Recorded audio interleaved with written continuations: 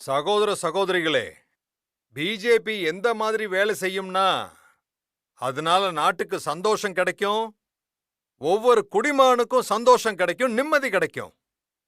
ஆனா காங்கிரஸ் எப்படிப்பட்ட காரியத்தை செய்யுதுன்னா அதனால நாட்டுக்கு விரோதமான சக்திகளுக்கு சந்தோஷம் கிடைக்கும்.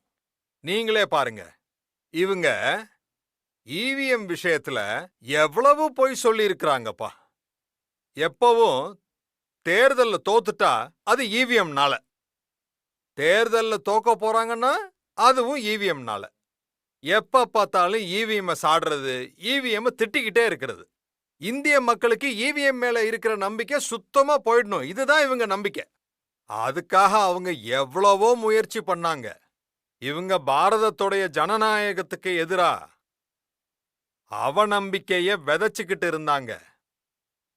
மக்களை தூண்டிவிட முயற்சி செஞ்சாங்க.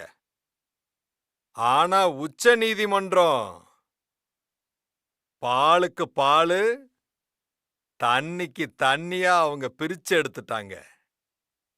உச்ச நீதிமன்றம் தெளிவா சொல்லிடுச்சு, இவிஎம் தான் சரியானதுன்னு. இவிஎம்மால நடத்தப்படுற தேர்தல் சரியானதுன்னு. இவிஎம் தேர்தல்ல பயன்படுத்துறதுனால இந்திய ஜனநாயகம் வலுவடைஞ்சிருக்கு. இந்திய ஜனநாயகம் நவீனமாவும் மாறி இருக்கு.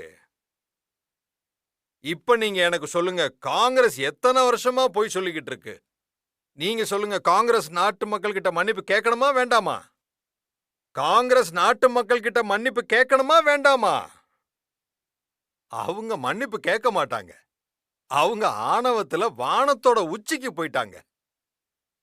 ஆனா இவங்க மோடிய அவமானப்படுத்துறதுக்கு எவ்வளவு தூரம் வேணாலும் போவாங்க.